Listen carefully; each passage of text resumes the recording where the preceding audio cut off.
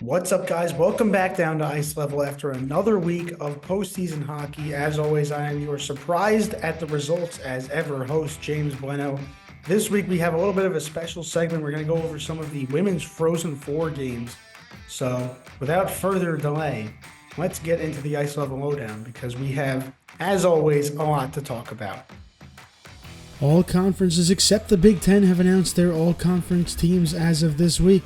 Highlights from the first teams include UMass's Cole O'Hara and BC's Ryan Leonard in the Hockey East, Minnesota State's Alex Tracy, who also earned Player of the Year in the CCHA, Clarkson's Arden Martino and Dartmouth's CJ Foley in ECAC Hockey, Holy Cross's Liam McClinsky and RIT's Matthew Wild featuring from Atlantic Hockey America, and Denver's Zeev Boyum and Jack Devine from the NCHC.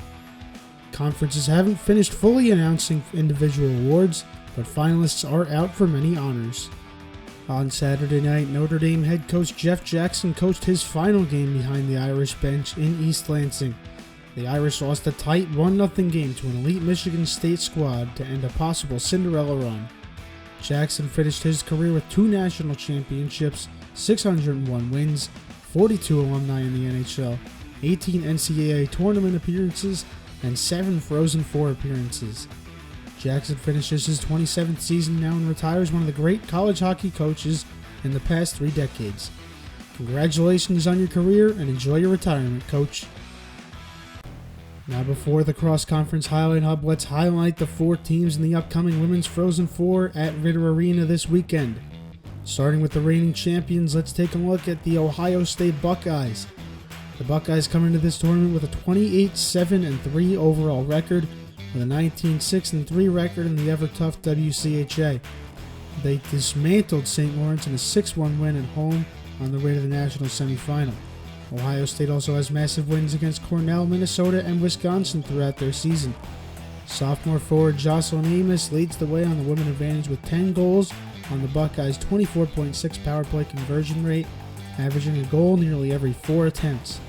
Star sophomore forward Joy Dunn leads the team with 58 points in 38 games, while on the back end Emma Peschel leads the team with 40 blocked shots and a plus 30 rating. Between the pipes, the Bucks goalies collectively averaged over just 2 goals per game, with 5 shutouts contributing to a plus 71 goal differential. When this team wins, they dominate, but if you can dominate the shots and hold possession, the offense will suffocate for an upset. Looking to upset the Buckeyes this weekend are the Cornell Big Red. The ECAC hockey champions earned massive wins against Colgate and Clarkson in the conference tournament, as well as Penn State to open the season and Quinnipiac and St. Lawrence in conference play. The team finished with a 25-4-5 overall record, with 16-2-4 in the conference. After hosting all their ECAC hockey tournament games, they defensively battled Minnesota Duluth, winning 1-0 in liner rink to punch their ticket to Minneapolis. The Big Red are led by star sophomore netminder Annalise Bergman, with 10 shutouts in 34 games played to lead the nation. The Big Red offense only scores, and I say it like it's not great, but it's still an impressive number, 3.3 goals per game, with points leader junior forward Avi Adam having 29 on a team that spreads the wealth. However, on the back end, junior McKenna Van Gelder leads the team with 49 blocked shots, with 4 players over 30 and 7 over 20 blocked shots. The Big Red also only have 1 player with a negative rating, with a -1 for 1 defender, and everyone else either 0 or positive. While the Big Red can shut down some of the best teams in the nation, teams that take every shot they get will find the back of the net sooner or later. Teams like their opponent Ohio State don't need to shut out the Big Red as much as they need to outspeed and outshoot them. Screens, frequent breakaways, and advantages will be the key to taking down the 3 seed. On the other side of the bracket are the hosts Minnesota, who find themselves back at home after an impressive 3-2 win over a Kulti Kultanikova-led Colgate squad at Ritter Arena. The Golden Gophers put together a 29-11-1 overall record, going 19-8-1 in the WCHA. The Gophers' notable wins include Ohio State in the WCHA tournament, Minnesota Duluth in conference, and sweeping Boston University out of conference. Senior forward Abby Murphy leads the team with an amazing 65 points in 41 games played, also leading with 33 goals. At the blue line, defenders Maggie Nicholson and Emma Kreis also lead the team with 60 and 59 blocked shots respectively, as captain Ellie Huber leads the team with a plus 34 rating. Minnesota's goaltending may not stand up to the previous two teams, but starter Hannah Clark has served the Golden Gophers well, with a 2.29 goals allowed average with 2 shutouts. Their special teams are also their specialty, with a 29.4 power play conversion percentage and 82.4 penalty killing percentage. Most of the Gophers' losses have come with opponents scoring at least 4 goals, with the team depth struggling to keep up with top scoring opponents. Their opponents, though, will likely not have a problem taking an early advantage to head to Sunday's championship game. Finally, we go to the clear favorites, the Wisconsin Badgers. After a convincing 4-1 win versus Clarkson in Madison, the Badgers enter Friday night's game against Cornell absolutely rolling, with their 36-1-2 record speaking for itself. The Badgers' only loss came to Ohio State in November, and they've been unstoppable since. Name a category, and they're either the best or among the national leaders in it. Star forwards Layla Edwards and Casey O'Brien, alongside defender Caroline Harvey, swept the Patty Kazmaier, the women's hockey version of the Hobie Baker Award, finalists. Plus 168 goal differential, 36% power play with a 90.8% penalty kill, 5.4 goals per game to 1.1 goals allowed, 5 players over 50 points, 4 players over 30 blocked shots, no players with a negative rating. Starting goaltender Ava McNaughton with a .947 save percentage, a 1.17 goals allowed average, and 8 shutouts. The numbers don't lie, and this team is simply put dominant. I'd talk about a weakness for this team, but honestly, it's really difficult to find one. If I had to pick one, it isn't even an aspect of the game, it's just Ohio State. The Buckeyes are the only team to take down the number 1 Badgers, and also took an extra point in the shootout against them on top of that. If Minnesota can take down this Badgers team, it will be one of the great upsets in this decade of the Women's Frozen Four. Unfortunately this week, because I didn't feel like spending my entire weekend editing, we'll only have one full highlight in the highlight hub, but we will go over each of the best games in each conference and their brackets. Starting in Atlantic Hockey America, and shout out to Mike Klein for commenting last time about Bentley.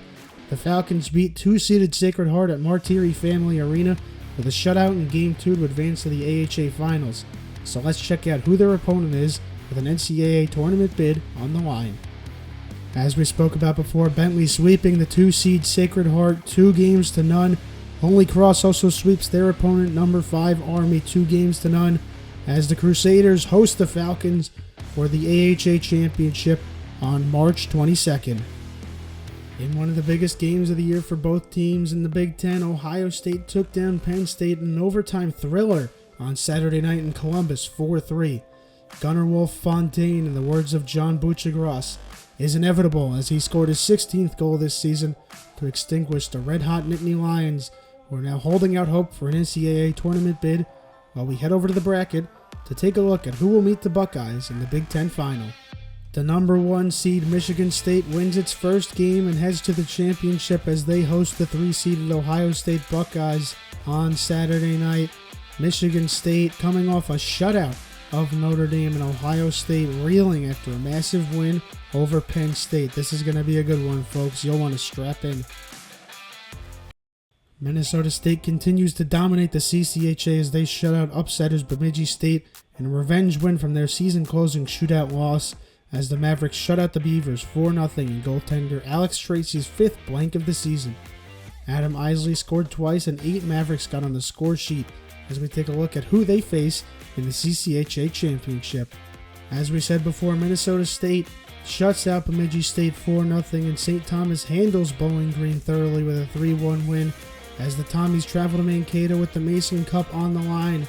However, Minnesota State has already clinched the CCHA's auto bid to the NCAA Tournament, as St. Thomas is ineligible for postseason play during their transition period ending in 2026.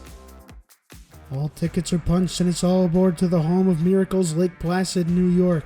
In the North Country, Clarkson fought in a tough fight against Harvard, earning a 3-2 win on Friday, losing 3-2 in overtime on Saturday, and another overtime win, this one 2-1 on Sunday. The Golden Knights' Arten Martino earned a goal and 3 assists over the weekend, and with that said, let's take a look at who will meet them upstate. All other series end in sweeps as the Cleary Cup champions Quinnipiac beat Brown with 2-0. Dartmouth upsets Union and Schenectady with a 2-0 series win, and Cornell heads to Hamilton and takes 2 wins from Colgate as Quinnipiac and Cornell meet for the 4th time this season, this time in Lake Placid, and Dartmouth sees Clarkson in a battle of 2 of ECAC hockey's best teams this season, one from the early season and one from the late. Our highlight this week in the Hockey East quarters, 1-seeded Boston College takes on 9-seeded Northeastern, winner to the semifinals at TD Garden on Thursday. We start in the second period, 6 minutes to go. Cam Lund goes through a defender and high glove side on Jacob Fowler. The Huskies lead 1-0 early. And with 4 to go in the period now, Christophe Tellier charges down the ice and shoots at Jacob Fowler, and it's Joe Connor who finds the loose puck and puts it behind Fowler, who couldn't control it. The Huskies lead 2-0. Into the third period now, less than 3 to go. Eagles with the extra attacker on, a dangerous offense. James Hagens snipes the 5-hole. BC stays in it. It's 2-1 Huskies. But that would not be enough. It's a 3-1 Huskies win after an empty net goal. As the first 9 seed to go to the Hockey East semis, they face Maine on Thursday as we check out the rest of the bracket and the other semifinal. In the first round, we start with Northeastern winning 3-2 in double overtime at Merrimack. Vermont heads to UMass and loses 2-1 to the Minutemen, and UMass Lowell survives New Hampshire 3-2 in overtime at home. In the second round, UConn sees Providence come to town and wins 3-1. BU beats UMass 3-2 in overtime. Maine dismantles UMass Lowell 7-1. And Northeastern with the biggest upset of the tournament so far, 3-1 win at BC, leaving UConn to play BU at 4 o'clock on Thursday, and Northeastern to play Maine at 7:30 on the same day at TD Garden. In the NCHC, North Dakota took an impressive sweep over middle-seeded rivals Omaha on the road with 2 3-2 wins over the Mavericks, moving on to XL Energy Center for the Frozen Face-Off semifinals. Cade Littler had a standout series, scoring 2 goals across 2 games, as we now take a look at who the Fighting Hawks will meet for a chance at the automatic NCAA Tournament bid, and for the Hawks, a chance at playing at their hosted site in Fargo, North Dakota.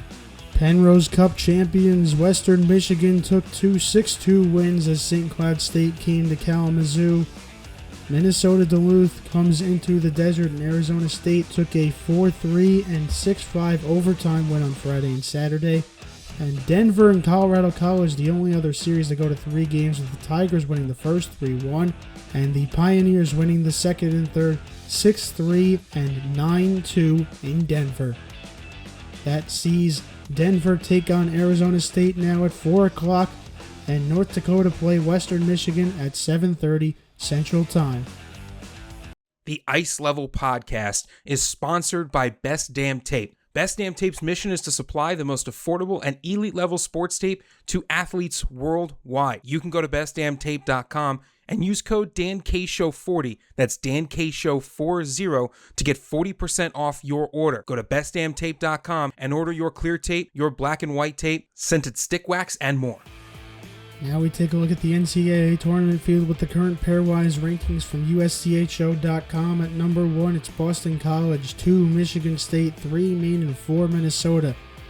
At 5, Western Michigan, 6, Boston University, 7, UConn, and 8, Providence. At 9, it's Ohio State, tied with them, but technically 10, it's Denver, 11, UMass, and 12, Quinnipiac. And rounding out our tournament field are Penn State at 13, Michigan at 14, Minnesota State at 16 with the CCHA auto bid and just hanging in the field, and Holy Cross right now the best remaining AHA team at 24, favorites to take the conference's automatic tournament bid. And with every conference tournament headed to either semifinals or finals this weekend, let's take a look at this week's postseason Forecheck Forecast. In the Big Ten, the championship game sees Michigan State take on Ohio State in East Lansing on Saturday night at 7:30. In the Hockey East, UConn takes on BU in the semifinal at TD Garden. Thursday at 4 o'clock sees the first semifinal, with the two teams hopeful to make a deep NCAA tournament run.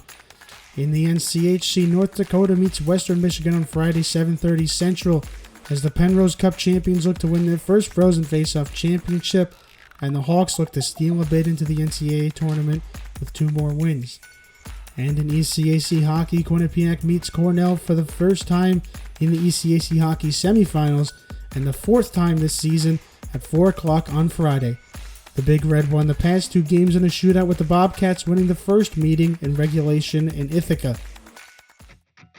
That's all for this week on Ice Level. Thanks, guys, so much for coming down again. It means a lot to me as the show finds its vision and its audience. As always, I've been James Blennau, and we're not experts, but it takes fans to grow the game.